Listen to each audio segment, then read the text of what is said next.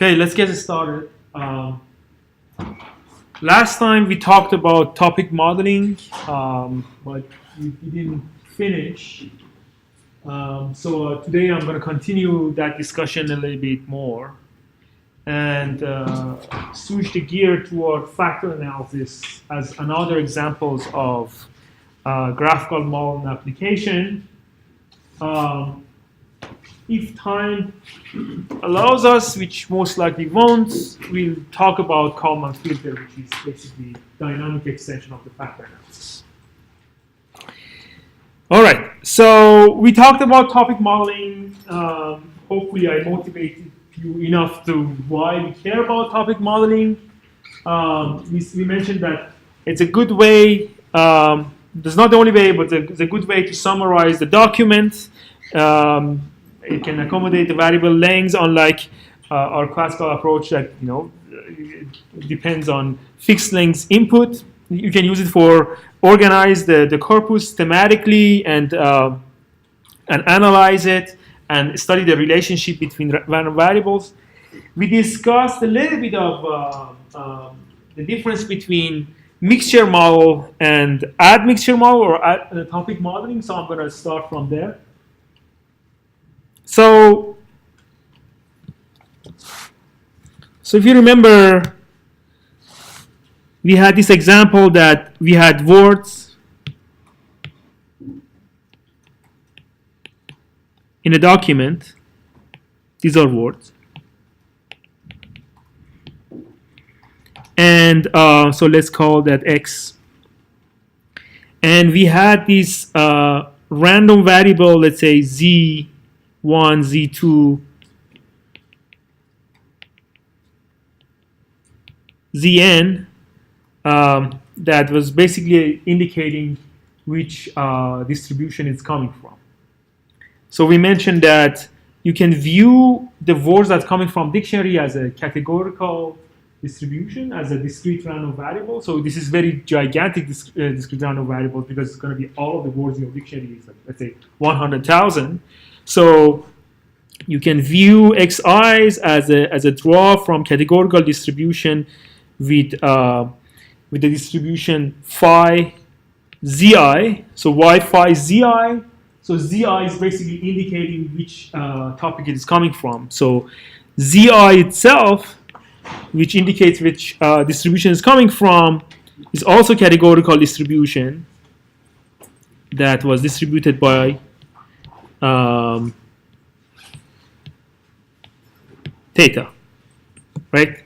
So phi zi is distribution in, what is the dimensionality of, so if this is k-dimensional, what is the dimensionality of phi zi? How long this would be?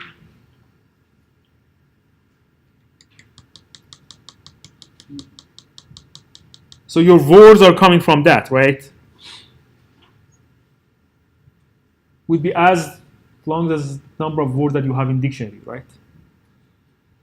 Okay. And then we mentioned that, so you don't know phi zi.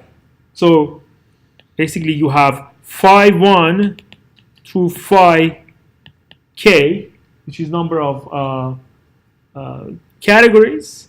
And zi basically is a selector. Zi says that so for each word you have a selector that I want to use this one or that one and so on and so forth, right? But each of those are as long as your dictionary. And we mentioned that each of these phi k's are drawn from Dirichlet distribution. We study also the behavior of the Dirichlet distribution. So for sake of example, I gave you example of three-dimensional distribution. So let's, for the sake of example, assume that our dictionary has only 3 words. So this is going to be three-dimensional. So phi k, another way of writing it, so this sums to 1. So elements of phi I sums to 1 because it's a distribution. So if I view this as a x1, x2, x3, it lives in this so-called simplex, right? In this space, right? This is called simplex. So this is the space of all variables. So let me write it as, so if I want to view this as a phi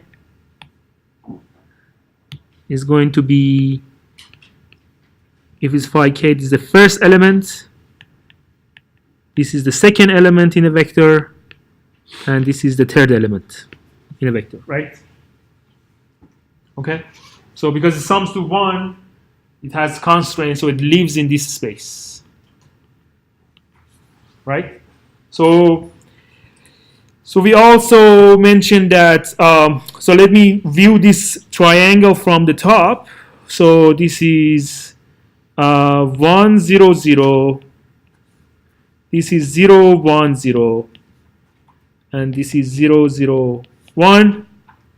We mentioned that how the behavior of this alpha is. So we mentioned that this alpha, as you increase it, the mass of this distribution moves toward the center and become more like uniform.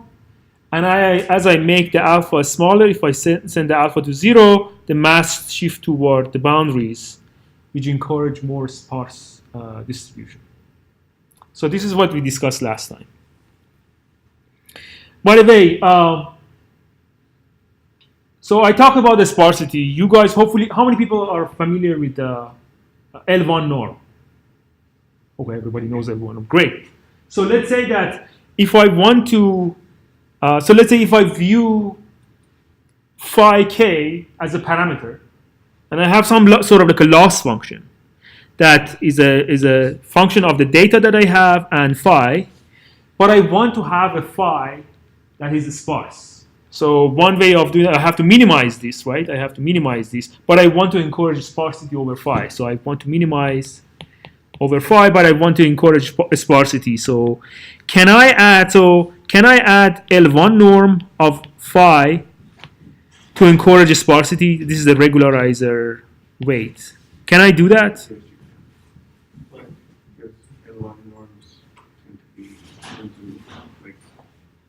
Louder, because this guy can't hear you. Like for example, when we're doing lasso regression, we would use the L1 regularizers because they reduce the effect of like outliers, and they're better for sparse data. Right. So, but let's assume for this case that our phi is living in this simplex. Yes, the sum will always be 1. Yes. There's no reason to, that won't have an effect.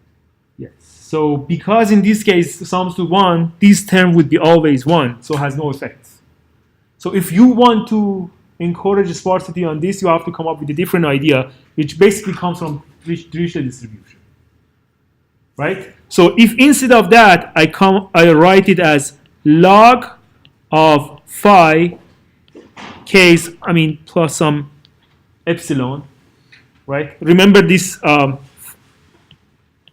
phi k's, let me write it as phi I, some phi I. Remember, this sums to 1, right? If I minimize this, I'm encouraging all of these guys to go to 0, right? So here in this case, because I have a simplex, I have to use log of phi, right? So what is that coming from? Remember the distribution of the Dirichlet. You remember how the Dirichlet distribution looked like? No? All right. Should I bring Wikipedia? So the log of the phi. So if you look at the phi, how the Dirichlet distribution looked like, Dirichlet distribution of the phi was some normalizer, I call it B, of phi, and some phi to the power of something like alphas, right? This is how roughly it looked like. So if I take a log of this, I get something like, well, I guess this has to be alpha. So if I take a log of that, it's going to be log of the normalizer, which is not function of phi, it's function of alpha, plus sum of a log phi. And this alpha shows up here. So it seems that you're encouraging a sparsity, because I want to make this connection for you that L1 didn't work, but we had another distribution that as you bring the alphas down, it makes it sparser, but I'm saying like it's just like a log of the Dirichlet. Will this encourage going down to exact 0 for some of them? It has to sum to 1, so not all of them can go to 0, right? You always have this constraint that phi should live on a simplex. So it tries to push the one that are, try to push some of those to 0. And also, 0 is not a feasible. Is not in a feasible set because log of the 0 is infinity, minus infinity. So it's trying to push them as much as possible close to 0. I mean, of course, when you want to implement it, you want to have some epsilon here to make sure that your computer doesn't blow up. But anyway, so side note. All right, so we also said that, okay, so this is basically mixture model. This is your words, and this is your phi's, phi 1, phi 2, phi 3. And we mentioned that, well, this is for the case that you are pooling all of these words together. You have one gigantic corpus, and you are saying that which categories of topics these words are coming from. But if you want to accommodate the documentation to documents that like these are within one document, these are within another document, so you want to account for that, you want to have some sort of intermediate variable in between. And so that these allows to have topic-specific proportion. So what was the difference between them? So the example is that instead of pooling them all together, so when I pool them all together, there is no difference here. So there is like, I'm just removing this difference. I'm pulling everything together. But when I'm doing topic modeling, I'm basically accounting the fact that a bunch of documents are coming, a bunch of words are within one document. Is the difference between pooling and not pooling clear to you guys? So let's say that if you look into all of the words in let's say New York Times, and remove the tag that this is the document written by this guy, this is document by that guy. So you have set a bag of all of the words that is written in document in the New York Times since the beginning. That's a pooling.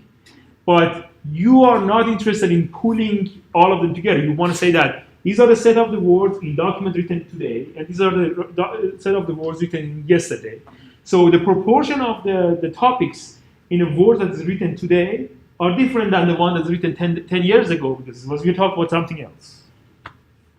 Okay, so that is the difference between these two. So how does in terms of generative model works?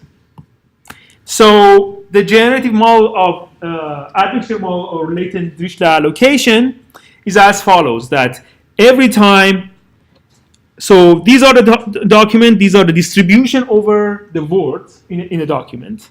And this is the document specific distribution of the topics.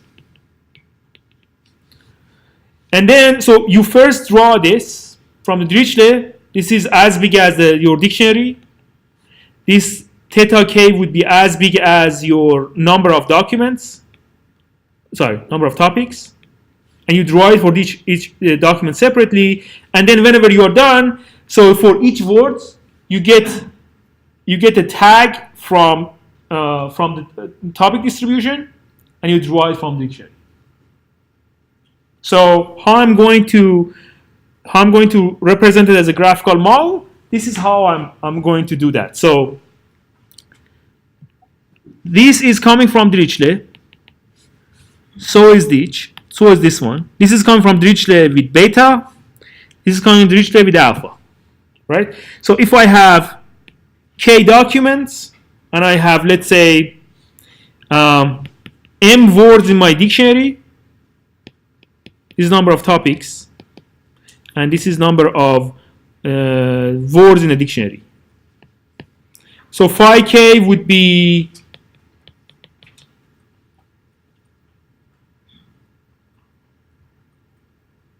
RK or RM. It's fine to be wrong. Okay.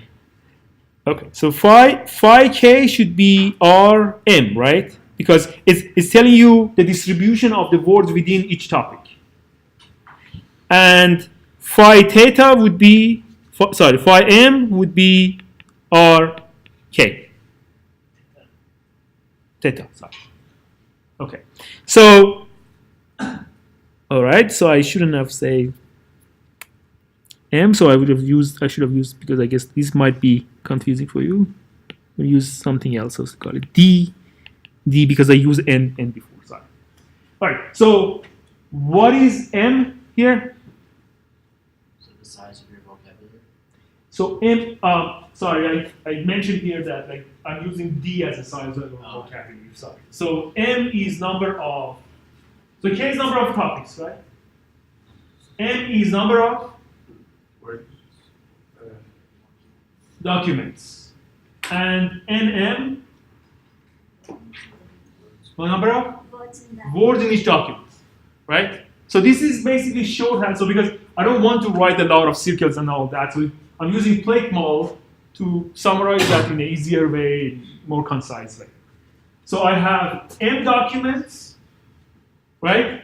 Each of the documents has their own distribution of the topics, and each word within that document is coming from that, right? So this guy has two index of the document and index of the word. Make sense? Cool. All right, so this is basically a plate diagram for latent Richter allocation. So, okay, so I just said that. All right, so how does the document generation work? So as I mentioned, you first draw the distribution of the topics from the Richter allocation on the top, which is basically, if you remember, from this guy.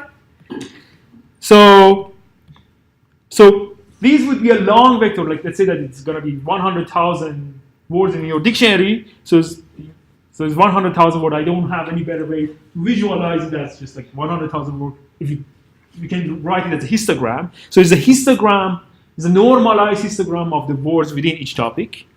You have, let's say I have 1, 2, 3, 6 topics, and each of these are represented in different colors.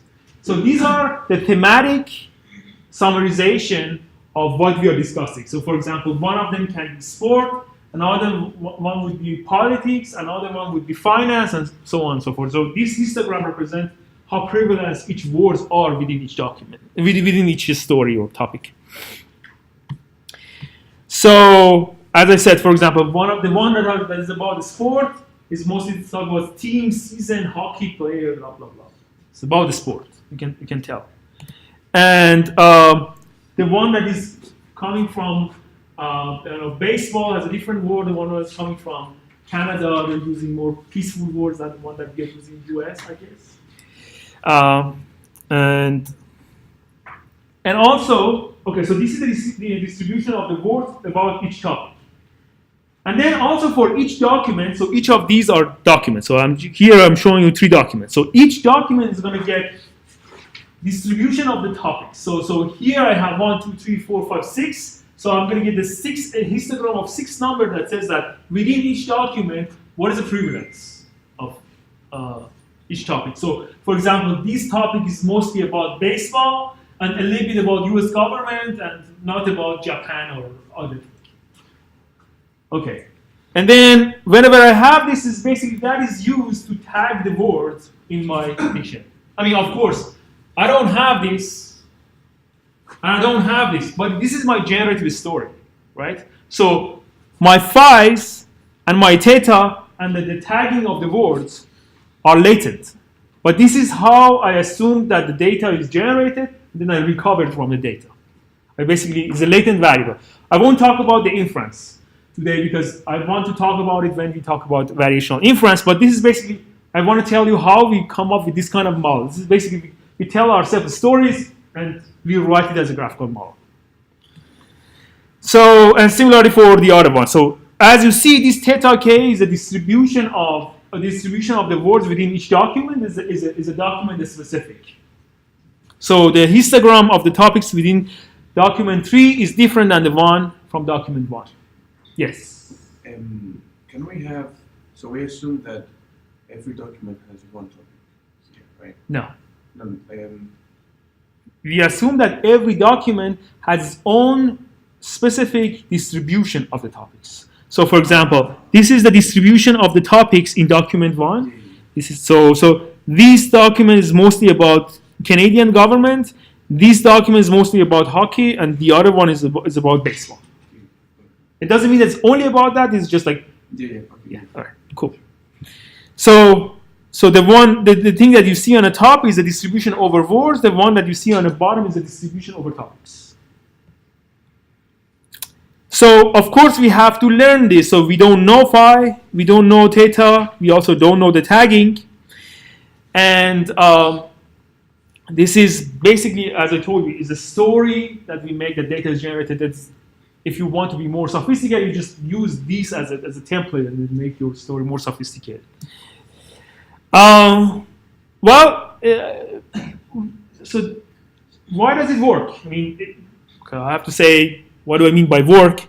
So it is relatively effective way of summarizing document. There are we have the field move away since this is the work from 2003, but like so many works has done on the top of this idea. But what does it work? What is the general idea that it works? So LDA in general has two competing goals. The first goal of the LDA is that for each document it wants to allocate words to as few topics as possible. So remember the sparsity term that we have in Dirichlet. It's basically the terms that the specific views bring the hyperparameter of the Dirichlet down. It's basically tells you that the Dirichlet distribution is going to be stingy. So it doesn't want so many words to be allocated. It said like use the fewest word as possible as a concise representation each topic if it's a distribution over phi. And if it's a distribution over theta, it's going to say that use as few topics as possible to explain this document. So we had two Dirichlet, if you remember. One Dirichlet over the proportion of the topics, one Dirichlet over distribution of the words. And if you bring the alpha sparsity term over these two terms down, it says that I want to be stingy, I don't want to use too many words. So these two goals are, one of them is that for each document, allocate its word to as few topics as possible. And the second word would be for each topic, assign high probability to as few terms as possible. So this would be sparsity over, okay, so can you tell me this is a sparsity over phi or theta?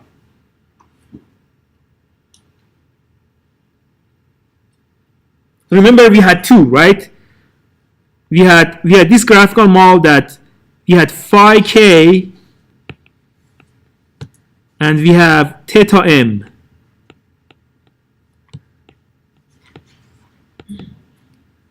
So we had this structure, right? So this was top, this is, okay, so this is sparsity over phi or the theta m, this one. Huh? Phi. Okay, so this is over phi and this is over theta. Right? And so these two goals are basically somewhat at odds with each other. They're competing with each other. Because if you don't have the first goal, so you basically, the first goal is that you can use as many topics as you want. Well, what is the optimal choice? Huh? Each document is a topic. If you don't have any sparsity over phi, say that your budget is unlimited. So that every time a new document says that it is its own topic. Right? So then there is no summarization. You're not summarizing anything. So you need the phi k, you need the sparsity over theta to say that you have a limited budget. And the second one says that you want also, I cannot be too stingy, right? If I am too stingy and say that your budget is so limited that you can only use one topic, right? If it is too limited, then I have to come up with one topic that explains everything, right? So that's not going to work.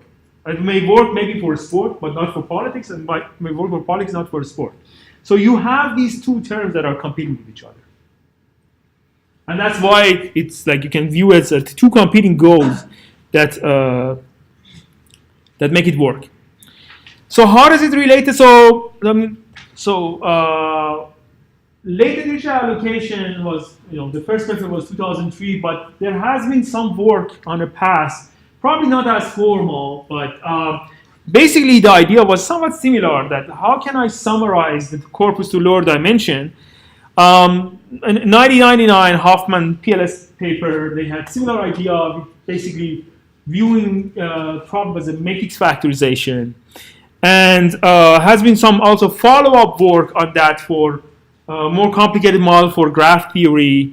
And also it's closely related. Hopefully we'll see that at the end of the course that this idea of LDA, although it may not seem obvious, is closely related to matrix factorization on its own. And we can actually use matrix factorization to approximate the phi and theta.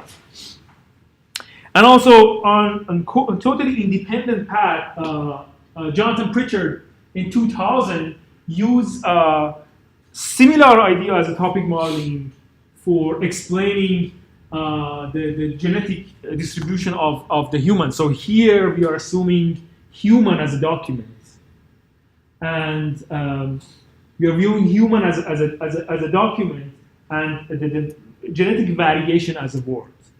So can anybody tell me what the topic would be? So we are reviewing that, like I have my own distribution and you have your own distribution. What would be the topic? Genotypes? Race and ethnicity? Yes, genetic ancestors, basically. So you are maybe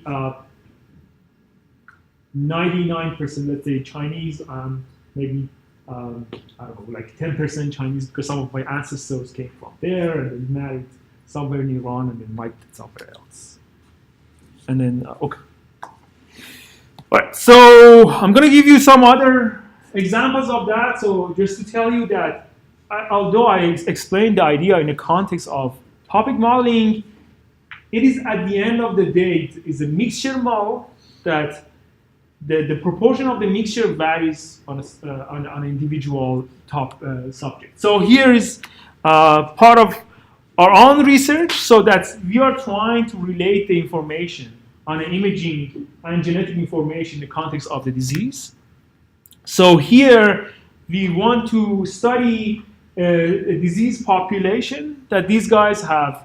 They all have the specific disease called chronic obstructive pulmonary disease. Is a disease caused by smoking, and all of them have a different proportion of these subtypes. But we want to derive these subtypes from the data.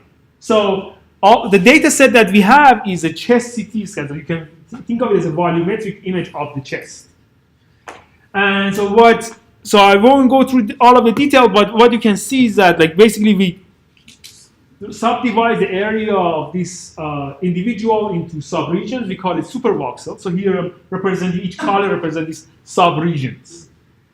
And so this is one type of the data that we have from each individual. And from each of these subregions, we extract some features. So for example, we extract, just to have an example in this course, let's say that we extract the distribution of the intensities over that subregion.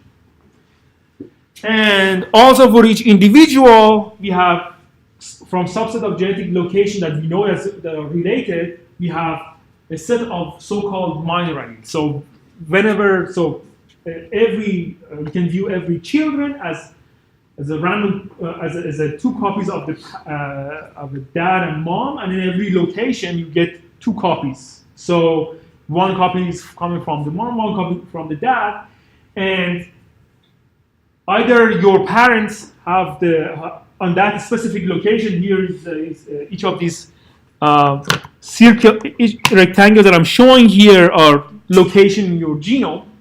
So either in this location, you have a copy that like majority of the population have. So it is basically both of your parents have the same copy on that location that almost everybody has. Or one of them might be different. Or maybe two of them are different. So you can view this as as for each location, you can view this as a 0, which means that both of your parents have the same copy of the genetic alphabet that everybody has in the population, or one of them is different, or two of them are different. So possibilities for each location is 0, 1, and 2. So this is called minor allele, and so but you can view this as a document. So every location, so this L symbol that I'm using this to represent that in this location 1, I have one modification. One of your parents have one modification. In location 2, both of your parents has the same copy that everybody has, so there is no modification. And location 3, two of them are different from average population. So you have two single L3. So I'm viewing this as a bag of the genetic variants. So so basically I'm viewing each of these patients as a document with genetic words that are just explained to you, and as an imaging word that are coming from the image data. And I hope to recover the subtype of the disease by the basically topic model. So the difference here is that, so the data is slightly different than what we have in the topic modeling, so we don't have the words. But you can view L1 to LT as a very simple dictionary that's come from only the dictionary that has 3 alphabets. But what about the visuals? So visuals are not discrete, so how we can handle that? So the idea here is that we still want to stick to this. So we want to stick to the idea of the topic modeling, so that the topics, so let's say that for simplicity I have, like, let's say 3 topics. So the topics are the distribution of this modification in the anatomy that are shared across the population. So remember that was the idea of the topic modeling. It's the thematic change that are shared across the population. So we can view it as, the patch that are shared across the population. And also on a genetic side, you can view these topics as a chance of seeing modification in each of these genetic locations. So here, for simplicity, I'm just showing 5. So every patient would be subject-specific proportion of this subtype of the disease. So for example, in this cartoonish example, this subject has 40% of topic 1, 40% of the topic 2, and 20% of the topic 3. And this is what we want to use to tag the areas in his log. And also, so these pair of imaging and genetic topics are shared across the population. We don't know it. We have to infer it from the data. And also this proportion that is subject-specific or patient-specific is also, we don't know it. So is also the tagging. So similar to the idea of a topic modeling. So again, you can view each of the topics as, the pair of the parameterization of the topics, that this is basically, okay, I think So this is the share of the parameterization of the topic on the imaging side, and this is the parameterization on the genetic side. So every subject its subject-specific distribution, similar to topic modeling, right? This is subject-specific proportion, or, remember the theta? This is basically theta. And then for each of these, remember the supervoxel, we supervoxelated the area of the lung into subregions. So we basically draw from this to tag the supervoxel over the lung. And let's say for this specific supervoxel, if we draw from the subject-specific distribution, so if this is happen to be red, I have to use the imaging parameter of the red, which is sigma 3, mu 3, to explain the variation here. And similar for the genetics. But what I want to show you here is that at the end of the day, this idea of the topic modeling is extendable. So in a sense that we don't have, unlike LDA, we just don't have something that are only discrete random variables. So here we have a mixture of continuous and discrete. And still the same setting, same idea applies. So how can I write it as a graphical model? So this is basically a graphical model. This is basically patient-specific distribution. This is the labeling of image patches, and this is the labeling of genetic variant. What is this? What is S? Number of patients, right? And M is number of supervoxels in that guy, and N is number of genetic variants. And this is basically the imaging topics, and it's the genetics topics.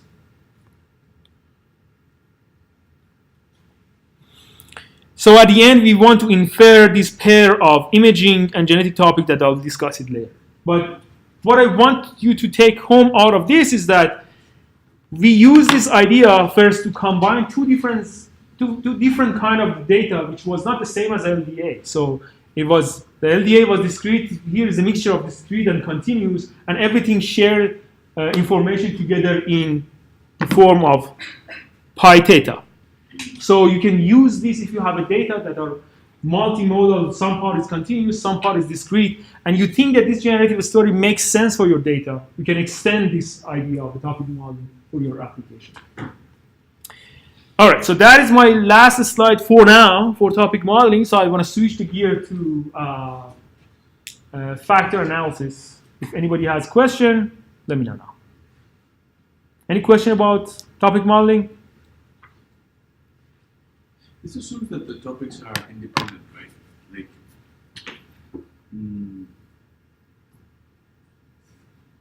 no, anyway, I'm thinking about it in the context of graphical data. Sure. So, okay. So actually, it's not a bad question. What do you mean by independent? So either the generative, in a generative scenario, you're assuming that they are independent. But when you want to compute the posterior, they're all related to each other. Because remember the V structure that we have? So let me expand this graphical model. Or maybe I write the general topic modeling and then write it there. So remember, we had theta m, z and m, x and m, and this was number of the words, and this was the number of the documents, right?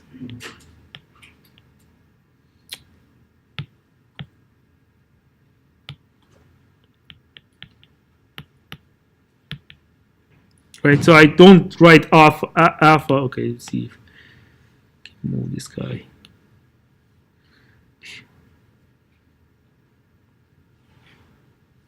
Okay. So I can expand this to, this is basically a shorthand to write something like this.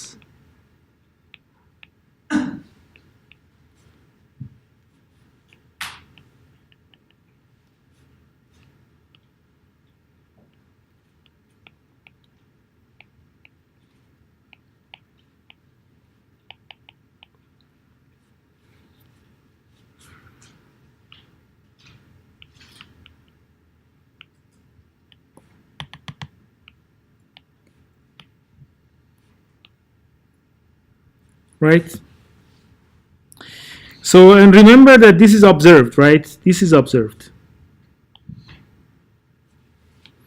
When this is observed, it means that my, this is the V structure, right? This is the V structure. This is the V structure, right? I can go from this topic distribution all the way to this topic distribution. So when your X are observed, all of these thetas are related to each other now. When it is not, the generative scenario says that they're independent. But when you observe something, all of these phi 1 to phi m are related to each other because of this V structure. Make sense? Okay. So for each document, number of topics. So we will talk, that's a good question. So so right now I'm just introducing the vanilla version of the LDA.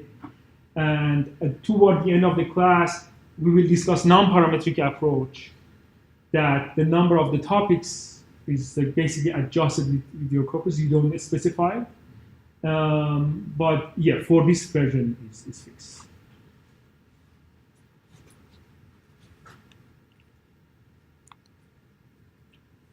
Okay. Yes.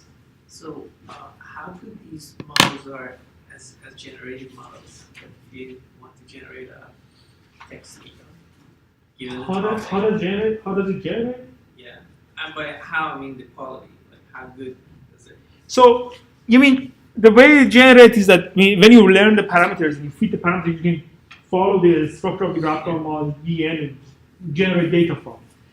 But remember, viewer modeling is a bag, right? So all it tells you is that within this, if you are assuming that you are getting a document that is more about politics, it's going to generate a document that more look like a bag of the politics. It's not going to generate a sentence for you, right? Because you didn't model it that way.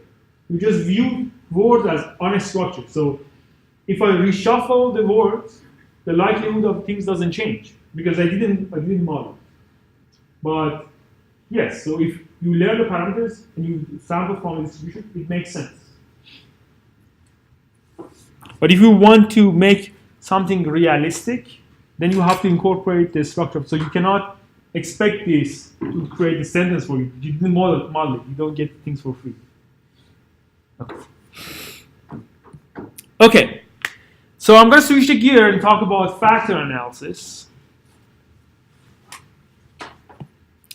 So let me give you a roadmap of what we discussed.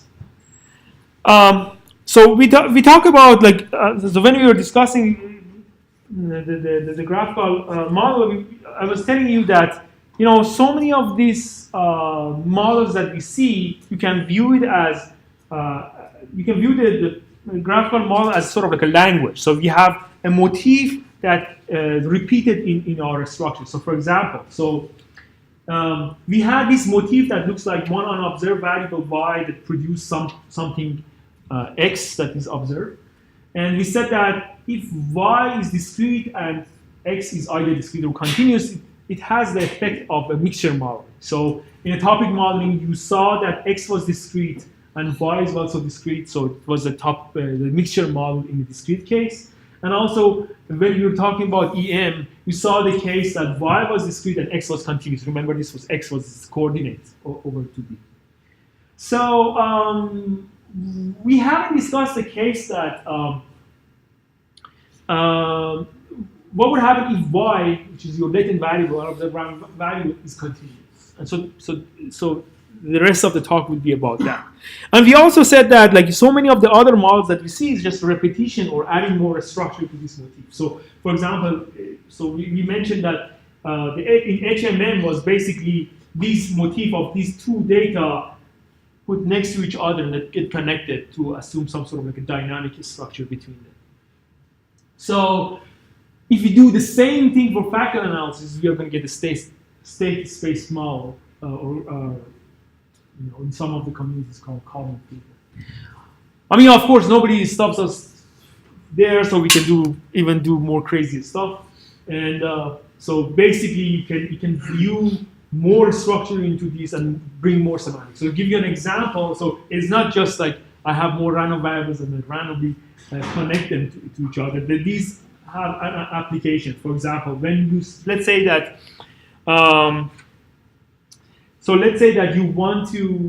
you guys remember the HMM. So one of the application of the HMM was to detect the vowel from the speech. So now let's say that you have a data set that two people are talking to each other, right? So you get the entire data set. So if the person wants to, so you don't know, so you're just given this data set, you don't know when individual one switch to individual two. So there is a distribution. So because one of them is male, the other one is female, the distribution of the features that you get from one to another one is different.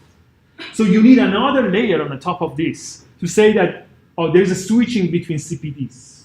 So this is another example that HMM can be extended based on the scenario of the data that you get. I mean, similar things for the SSM. So what I'm showing you, this of course we're going to talk about the factorial switching SSM or factorial HHN. I doubt that we will have time to talk about state space. So, but I want to say that like many of the graphical models that you see is just a motif. It's like a, you know, each of these stuff that you are studying in this class, you can use it as a building block to build your own favorite structure to analyze the data. So today we are going to talk about the case that y is continuous. So let me start with a little bit of recap on your linear algebra and the basic probability. Some of these you have already seen in the homework 0. So of course, like by now, hopefully everybody knows what the multivariate Gaussian distribution is. And when we have a joint distribution, and let's say joint distribution is also Gaussian, I think you guys saw in the homework, the first homework 0, that, well, first of all, when you want to compute a conditional, let's say that like if I give you x2, and I want to compute the distribution of x1 over x2, the resulting conditional would be still Gaussian, multivariate Gaussian distribution, and you also worked out how the derivation works. So everybody remember that? Or okay, cool. It's very long.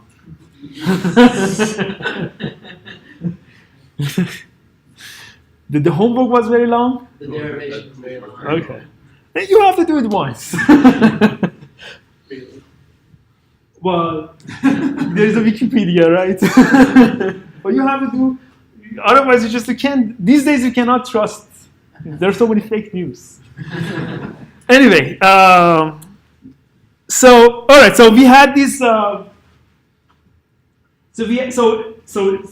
you work out this example that x2 was, so in this joint distribution, x2 was distributed by, so m2, and v2, if you want to compute the conditional, we have a form that look like this.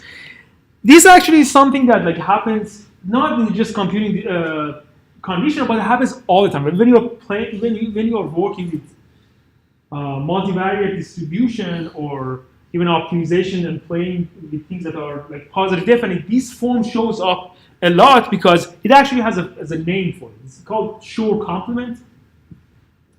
To recap of the Shor complement in case you don't remember it, let's say that if I'm given a matrix called M, it doesn't have to be symmetric, doesn't have to be positive definite or anything. It's just like a matrix that I define it as a 4 blocks. So M is a matrix of these 4 blocks, right? So each of E, F, and G and H are matrices. So if I want to diagonalize this matrix, so by diagonalizing this matrix, I'm not saying everything will be there. I'm happy if I manage to make it block diagonal.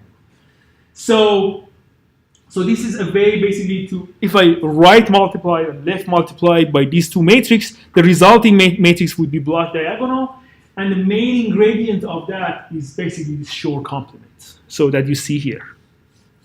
Why we should care about this? Because you see the application of this Shor complement a lot in a reality.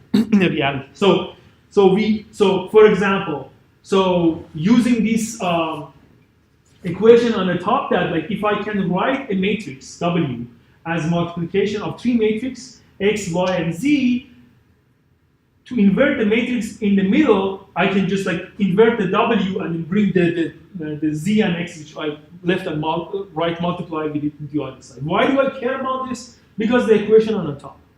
So I know how to invert a matrix which is diagonal, right?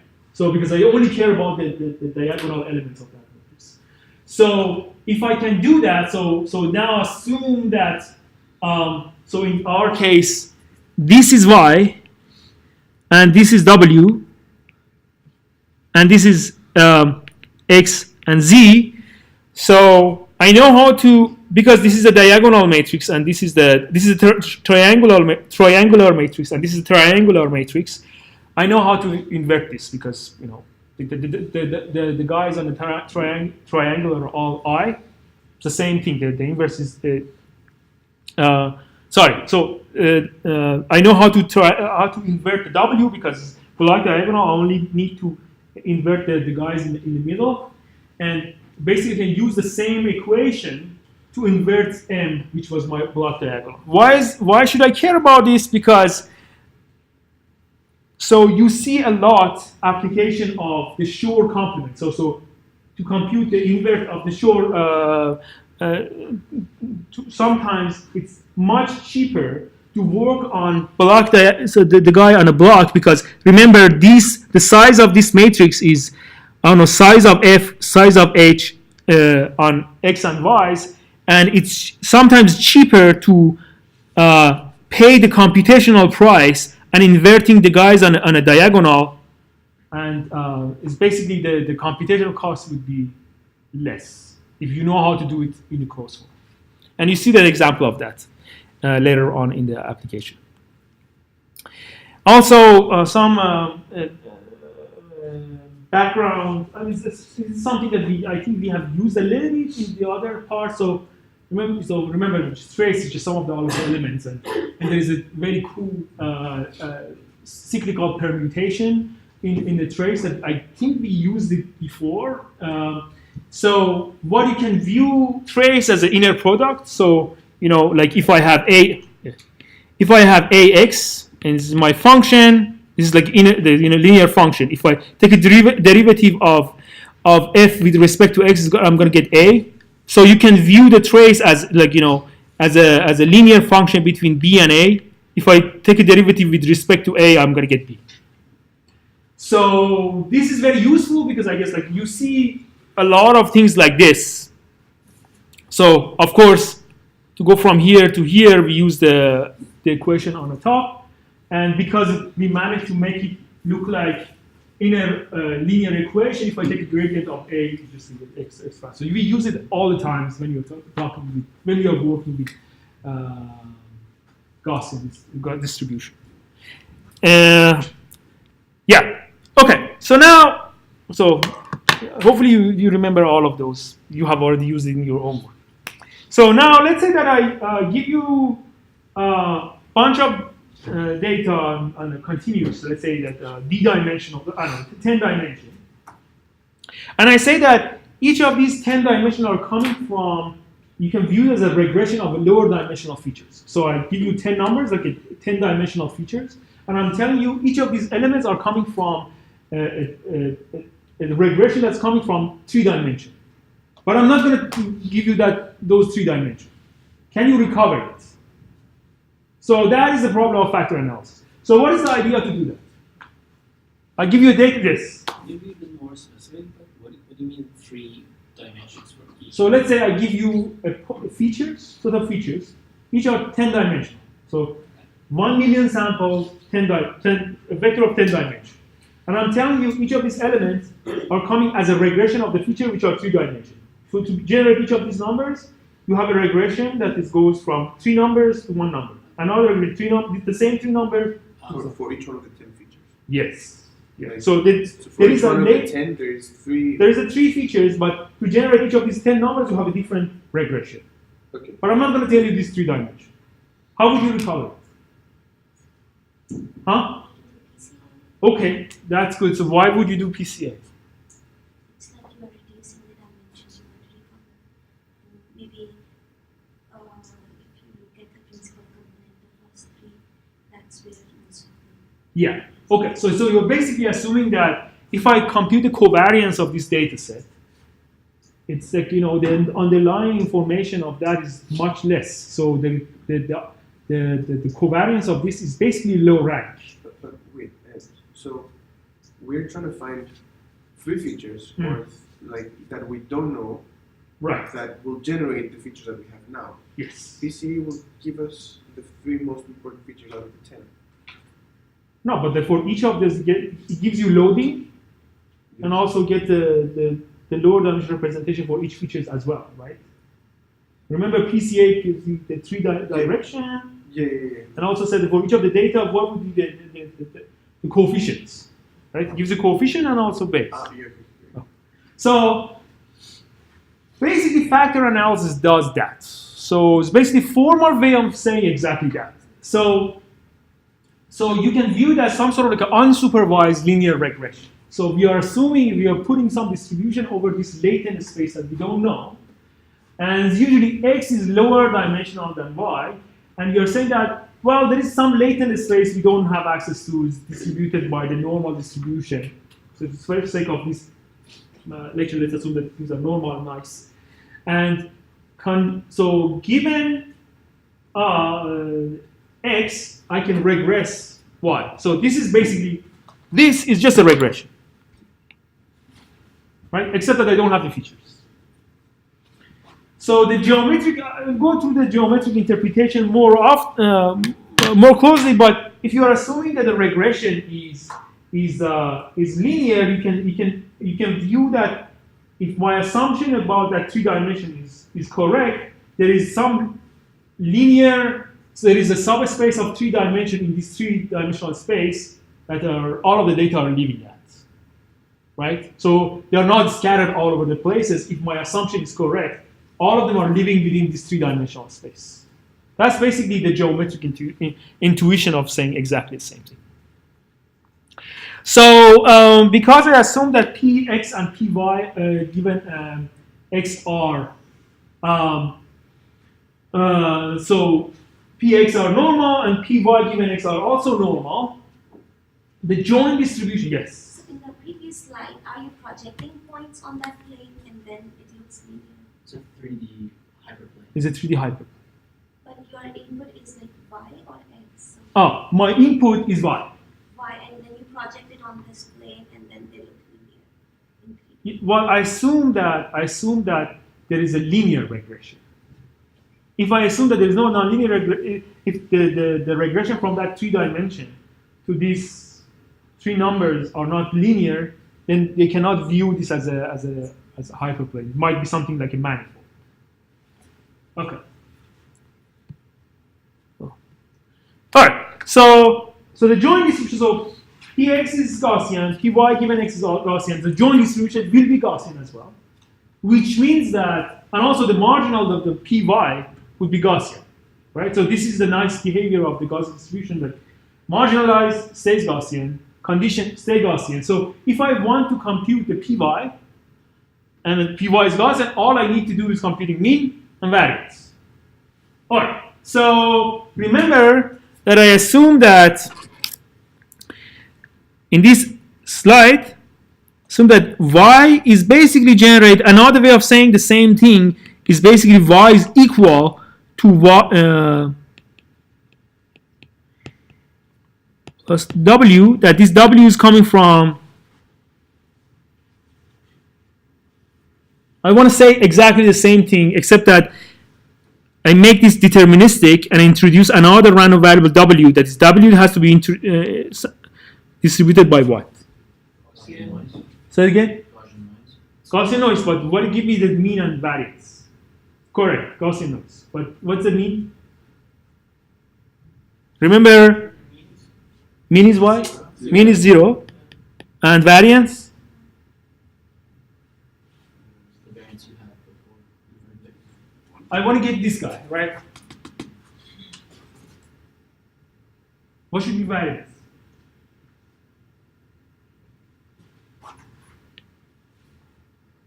Right? It's saying exactly the same thing.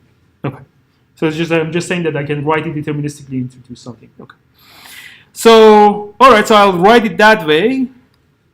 So expectation of the y. So remember, y was Gaussian. So all I need to do is compute mean and variance. So what does it mean? I just write that equation. It's pass the expectation through. This is a constant with respect to expectation. This is constant with respect to expectation, which is just a parameter. And remember, the mean of the x was 0, and mean of this was psi. So, all I get is that the mean of the y would be mu, which is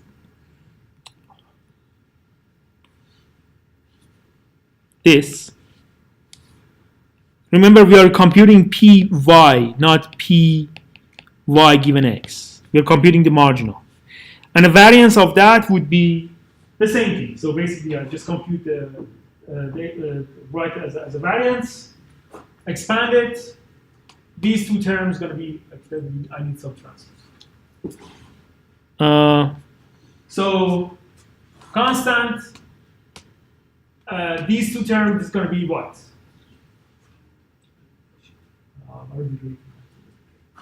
So x would be I, yes. I have a question. Sure. So where did you get the representation for the mean of the conditional being like mu plus lambda? When you get it, I assume it in this model, right? So is your variance mu plus that's stuff? Yeah, my marginal variance is that. Your conditional distribution y given x, Yes. the variance is not psi, it's mu plus lambda x psi. Yes. So you're talking about the marginals? The conditional. Well, the conditional, yes. Yeah. I mean, I'm assuming that this is the param, and this is the param, and this is the param. Right? I'm just assuming that this is just nothing but the regression, right? So this is the mean of the regression, is the coefficient of the regression. That's it. It's just like a bias of the regression and a coefficient of the regression. It's just I wrote a regression equation. That's it. But for time being, let's say that I know this and I know this. Compute it later on, but let's assume for now I know it. Yes. Why do we need the factor psi? Why do we need factor psi? So you can set the psi to something diagonal, and we actually here we do that also. But intuitively, why do we need it? So because each of these y's may not have the same variance. So psi allows you to adjust the variance of each. So let's say that one of the y's are temperature, the other one is the distance. So you know they're coming from different scales. So can't we include it in the factor loading matrix? Can we do that in the factor loading matrix? Yes, we can. So are you worried about unidentifiability? No. If psi is given, then there is no unidentifiability. But is psi given? No. Well, like for a setup, let's assume it's given, but we learn it down the road. Okay. But you are right. Because it can be observed, it can be absorbed into that sort of equation, FA has a problem with unidentifiability. So you can recover this lambda with up to rotation. But that's a good point. So the marginal distribution would be, so as you pointed out, we are assuming that the psi is a diagonal. And the marginal distribution would be multiplication of these guys plus a diagonal. So why is it important? Because remember that my y was 10 dimension, and my latent space was 3 dimension. So these, what would be the dimension of this? 10 by 3, right?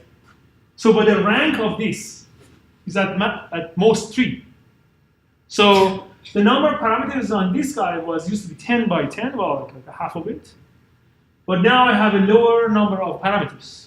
I only have a diagonal on these to recover, which is 10 numbers, and 10 by 3 numbers here. While here was 10 by 11 divided by 2, which is bigger. So I managed to write the covariance with a less parameterization. And I'm just assuming a structure into covariance of y. So I want to give you an idea that these things that we do with the data analysis of PCA is basically imposing lower structure and the covariance of the y. Is the setup clear? Okay. Now, all right. Again, recap of them all. Px was normal, conditional was normal, which is basically just a regression. Covariance, I mean, of course, assuming that sigma is lambda is given, it's going to be just lambda.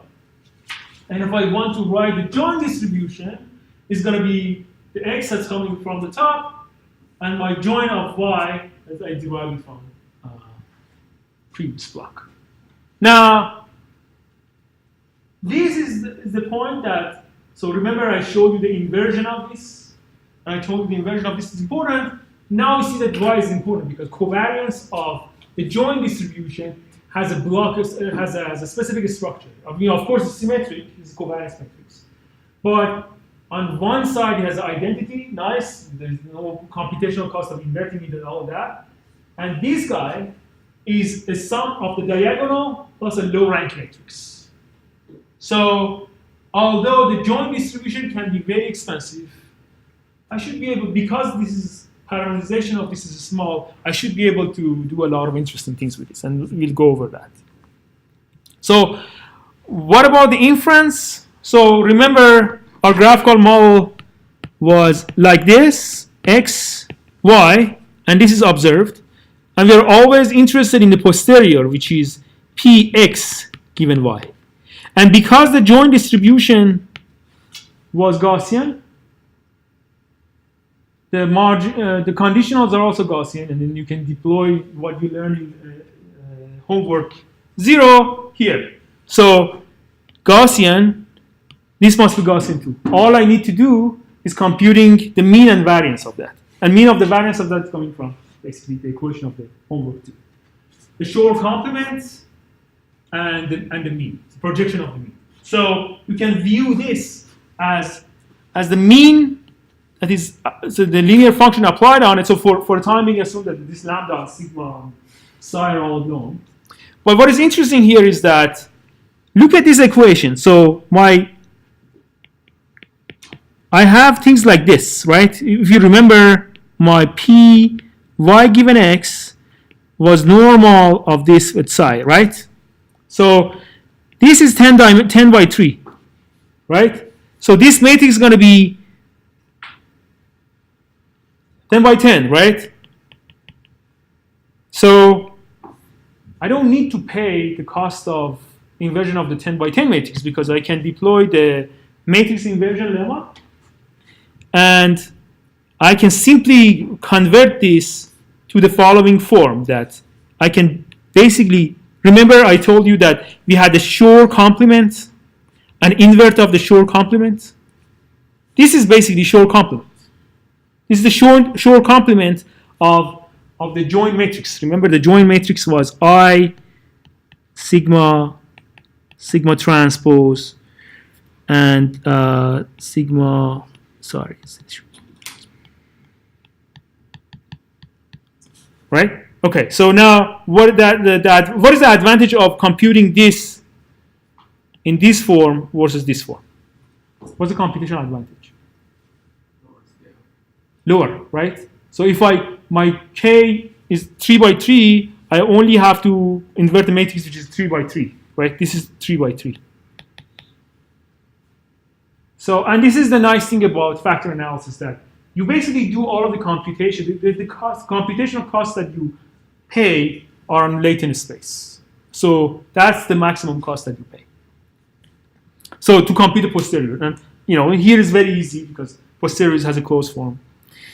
So, and also I've already told you about the geometric intuition of that. So, so basically, when you are assuming it's sort of like a factor model, you're assuming that although your data is 10-dimensional, it's living in a dimensionality that as low as the dimensionality of the related space, assuming that things are linear. And even if it's not linear, these spaces, the subspace, flat space can become a map. So far we assume that everything is known. So lambda is known, psi is known, mu is the center or mu are known. But when you are given data, you have to learn this parameter. So how we want to learn it? So again, similar to mixture model, I want to approach it from 2 points of view. Remember, if you want to, you can. So remember that in a mixture model, we have the model that looks like, the mixture of normal, of course. Like we had looked like this.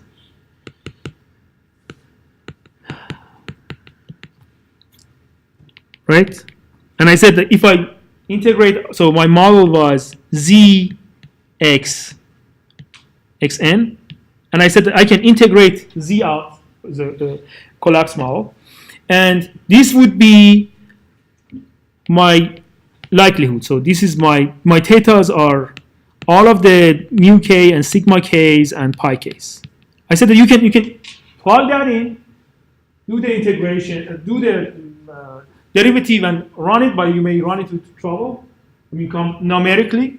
You can do the same thing here. You can, so remember here we have x and y is observed, and the parameters that we want to learn are these psi, mu, and lambda, right? We want to learn this.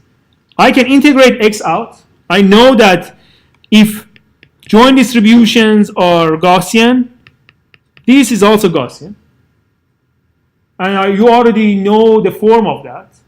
So all you need to do is that write the likelihood of this marginal, that you see that this was the variance and this was the mean. And you will have the form that looks like this. Remember, I can write this as a trace. So I can write, it's a scalar, right? This is a scalar.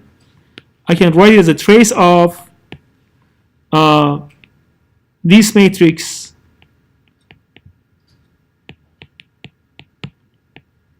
and bring this on the other side. I don't write it right now, but it becomes S. So this is the objective function that you can optimize. Take a gradient with respect to lambda, take a gradient with respect to psi, you're good to go. So this is equivalent of taking gradient with respect to this. Would that be better? It depends. I argue that in a mixture model, that's not a good idea. Here, it might be actually. But because I'm explaining everything in the context of fully graphical model, I want to bring it to the same expectation maximization case. Instead of going directly for the likelihood, I can tell you what we did in the expectation maximization case. So in expectation maximization case, what was the game? The game was you pretend that all of the data is observed. So we write the complete likelihood. So here we pretend that x is observed. So we write the joint likelihood, which was px multiplied by pxy. So this was coming from our graphical model. And we just passed the log into it. And we ended up with a bunch of terms that this is what we have to learn. We have to learn, and this is coming from our data. And this is unobserved. So what was the thing that we did in expectation maximization? We said that, okay, expectation, I pretend that this exists, this is observed, but I don't have it. I'm going to do expectation. I'm going to pass it as an expectation. So we had this notation, if you remember. There was expectation of basically p, x given the data with the current model that this is not a parameter. It's going to take an expectation of only that. So if I do that, so I'm going to have a form that look like this. So if I write S, remember in S we also have x. So we have to bring the expectation inside of this, and we have to bring the expectation inside of the other guy. All right, so the expectation of x transpose is a second order moment, is a covariance plus this first moment square, well, a square in the matrix mode. And the first term, which was S, has this only linear term. So all I need to do is basically computing my current belief of x at the iteration t that I have. And again, it's just Gaussian distribution. Everything is exactly the same. I just plug it in and then go to the EM machinery. Update the parameters, which was psi and lambda. Update my belief and go on. This is the typical machinery in expectation maximization. What is interesting here is that, again, because everything is exponential family, I'm pretending that x, so the EM, what was the step? So the first step, I was computing unobserved, expectation of unobserved random variable. plug that in, and then I have a likelihood, and I do maximum likelihood estimation. So in my maximum likelihood estimation, when I compute this, all I'm going to get is just maximum likelihood estimation, which always have a closed form because of this. Everybody lives in exponential families. Things are simple. So basically, the update of the parameter is going to looks like expectation of the S. So remember, S looked like some sort of like a variance estimation. So see that S looks like a variance, right? Assuming that X exists, X is known, this is just a conditional variance. And this is my current estimate of psi at the iteration t plus 1. And for lambdas, all I need to do is compute the second order of moment of this that's coming from E step. And what does this looks like to you? Remember that if I have x beta epsilon have a regression, and you're using L2 norm, how does my beta look like?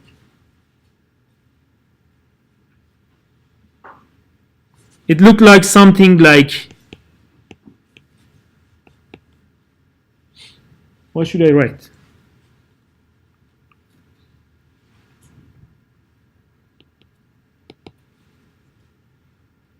Right?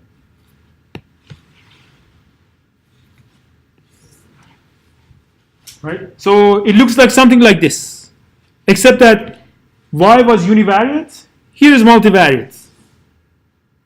Right? So you are going to have the same form as this, because as I told you, lambdas are coefficient of the regression. So you're going to have similar form there.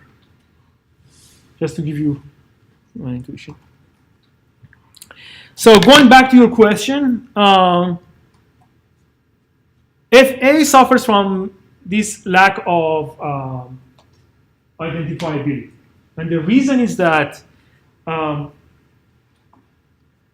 because X is not known, so give me an example. So I'm viewing Y as, this is a conditional, right? This is Y conditional X. So you can view, so X is you don't know X, right? In reality, you don't know X. So let's say that if you have 3 dimension 1, 2, 3, right? And lambda is the coefficient of that regression.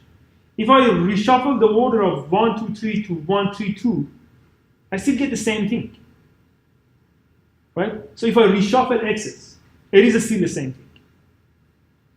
So it is invariant with respect to permutation of the order in the latent space. You cannot recover that. Worse than that, so permutation is just another way of saying rotation. Even if I have 3 dimension that predicts my data very well, if I rotate it, I don't lose any information. My coefficient just has to be rotate, compensate for the rotation, and get the same prediction.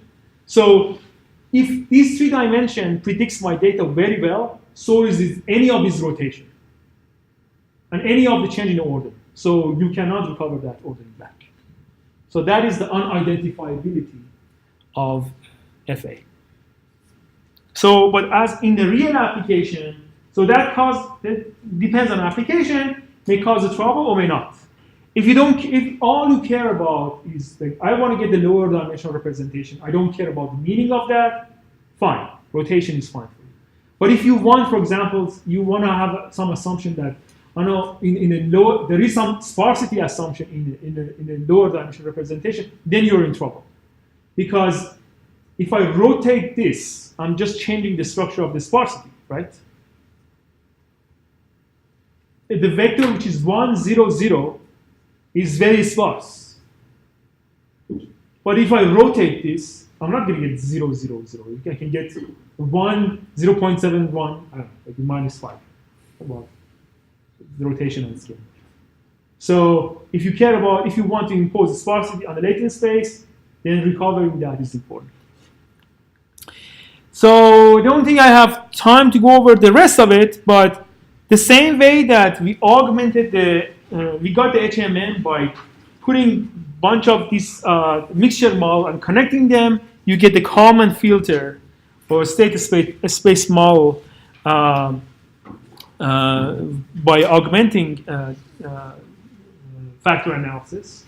So although the structure of the HMM and state space model are very, very similar, and both are pretty old, and nowadays we are viewing both of them as basically the same thing, but they are both developed in two different fields, and for a while they didn't know that they're basically doing similar stuff, except that one of them is changing the representation of the latest space from discrete to continuous.